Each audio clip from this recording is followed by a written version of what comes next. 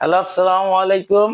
আমি আজকে ক্লোজ এবং ফ্রেজের মধ্যে পার্থক্য শেখাবো এবং এরপরে আমি ক্লোজ কত প্রকার কি কি এই বিষয়ে ক্লাস আনবো। আপনারা সবাই আমার ক্লাসটা দেখবেন সম্পূর্ণভাবে।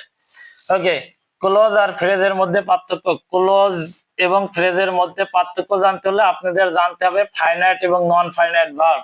আমি আগের ক্লাসে আপনাদের বলেছিলাম যে আমি নেক্সটে যত ক্লাস আনবো সব এই ফাইনাইট এবং নন ফাইনাইট ভার্বের উপর ভিত্তি করে। দেন ক্লোজ চিনতে হলে আপনাকে জানতে হবে ক্লোজের মধ্যে থাকবে ফাইনাইট ভার্ব। আর ফ্রেজ সেটার মধ্যে থাকবে নন ফাইনাইট ভার্ব।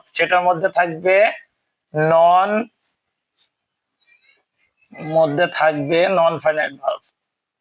নন ফাইনাইট ভার্ব। তার মানে ক্লোজের মধ্যে থাকবে ফাইনাইট ভার্ব আর ফ্রেজের মধ্যে থাকবে নন ফাইনাইট ভার্ব। নন ফাইনাইট ভার্ব যদি থাকে কোনো দুইটাই হলো দুইয়ের অধিক শব্দ, অর্থাৎ দুই বা তার অধিক শব্দ মিলে ফ্রেজ গঠিত হবে। আবার ক্লোজও একটা শব্দ না, অনেক সময় ক্লোজে একটা শব্দ নিয়েও গঠিত হইতে পারে, সমস্যা নাই। সেখানে সাবজেক্ট উজ্জ্ব থাকে, এটা নিয়ে আলোচনা করব। তার মানে ক্লোজের মধ্যে থাকতে হবে ফাইনাইট ভার্ব আর ফ্রেজের মধ্যে থাকবে হলো নন ফাইনাইট ভার্ব। যেটার ভেতর যে যে দুই বা ততোধিক শব্দের ভিতরে নন ফাইনাইট ভার্ব থাকবে সেটার নাম আর ক্লোজ হবে না, সেটার নাম হয়ে যাবে ফ্রেজ। আর যেটা দুই বা ততোধিক শব্দের মধ্যে যদি একটা ফাইনাইট ভার্ব থাকে সেটা হয়ে যাবে ক্লোজ। আপনারা উদাহরণের মাধ্যমে দেখেন, I don't know I don't know আমি জানি না, হোয়ার হোয়ার হি লিভস সে কোথায় বাস করে আমি এটা জানি না। এই যে এখানে হোয়ার হি লিভস এর নিচে দাগ আছে, এটা ক্লোজ না ফ্রেজ কিভাবে চিনবেন? দেখেন এখানে একটা ভার্ব আছে হলো লিভস। এই লিভস কোন ভার্বের সাথে এস বা ইএস যদি থাকে তাহলে আমরা সেটাকে প্রেজেন্ট ইনডিফিনিট টেন্স বলে, কারণ প্রেজেন্ট ইনডিফিনিট টেন্সে একমাত্র ভার্বের সাথে এস বা ইএস থাকে। আর যে সকল ভার্ব দেখে টেন্স নির্ণয় করা যায় সেটাই মূলত ফাইনাইট ভার্ব। যেহেতু এখানে একটা ফাইনাইট ভার্ব আছে তাই এটার নাম হলো ক্লোজ। এটার নাম কি? ক্লোজ। এবং আরেকটা দেখেন, that that he is honest he is honest he is honest is known to all সে যে সৎ এটা সবাই জানে, নোন টু অল। এখন দ্যাট হি ইজ অনেস্ট এর নিচে দাগ মারা আছে। এখন আপনাকে কেউ যদি জিজ্ঞেস করে অথবা আপনি যদি বুঝতে না পারেন যে এটা ক্লোজ কি ফ্রেজ, এটা চেনার উপায় দেখেন, এখানে একটা ভার্ব আছে হলো ইজ। আর এই ইজ দেখে আপনি বুঝতে পারবেন এটা প্রেজেন্ট না পাস্ট। এম ইজ আর থাকলে প্রেজেন্ট টেন্স, ওয়াজ আর থাকলে পাস্ট টেন্স।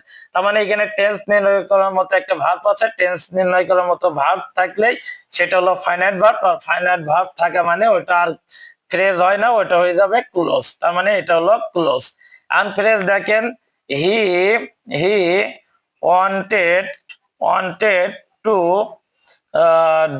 ডু ইট বলছে সে এটা করতে চেয়েছিল, এখন টু ডু ইট এটার নিচে দাগ মারা আছে, এটা ক্লোজ না ফ্রেজ আপনি কিভাবে বুঝবেন?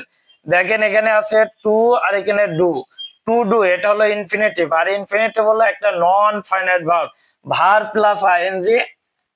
প্লাস আইএনজি এবং টু প্লাস ভি ওয়ান এটা হলো নন ফাইনাইট ভার্ব। এটা হলো কি? Non finite verb. তার মানে টু প্লাস ভি ওয়ান যেহেতু নন ফাইনাইট ভার্ব আর নন ফাইনাইট ভার্ব হয়, এটা হবে কি? ফ্রেজ। এটা হবে ফ্রেজ। আরেকটা উদাহরণ দেখেন, রিডিং রিডিং বুক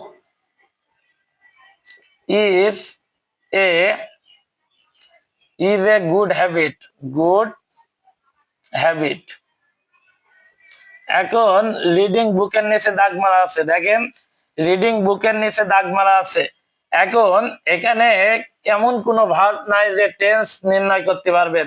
তার মানে রিডিং এর আগে যদি এম ইজ আর ওয়াজ আর থাকে তাহলে আপনি বুঝতে পারবেন ওটা প্রেজেন্ট না পাস্ট। যদি টেন্স নির্ণয় করতে পারেন সেটা হবে ফাইনাইট ভার্ব। যেহেতু এখানে রিডিং এর আগে এম ইজ আর ওয়াজ আর নাই, তার মানে ভার্ব প্লাস আইএনজি এটা হলো নন ফাইনাইট ভার্ব। আর নন ফাইনাইট ভার্ব হয় এটা হবে কি? ফ্রেজ। তার মানে ক্লোজ আর ফ্রেজের ভিতরে প্রধান পার্থক্য মানে একটাই, আপনি যদি জানতে পারেন তাহলে আপনি ক্লোজ আর ফ্রেজ ইজিলি বুঝতে পারবেন কোনটা ক্লোজ কোনটা ফ্রেজ। ক্লোজের মধ্যে থাকবে ফাইনাইট ভার্ব আর ফ্রেজের ভিতর থাকবে নন ফাইনাইট ভার্ব। তার মানে ফাইনাইট এবং নন ফাইনাইট ভার্ব যদি আপনারা ভালো বুঝতে পারেন, ইজিলি ক্লোজ এবং ফ্রেজ ইজিলি বুঝতে পারবেন। তাই আপনারা ক্লোজ এবং ফ্রেজ বোঝার জন্য ফাইনাইট এবং নন ফাইনাইটের যে ক্লাস আছে আমার, ওই ক্লাসটা দেখে নেবেন। ইনশাল্লাহ আমি নেক্সটে ক্লোজ কত প্রকার কি কি ক্লাস আনবো, আপনারা সম্পূর্ণ ভিডিওটা দেখবেন। আসসালামু আলাইকুম।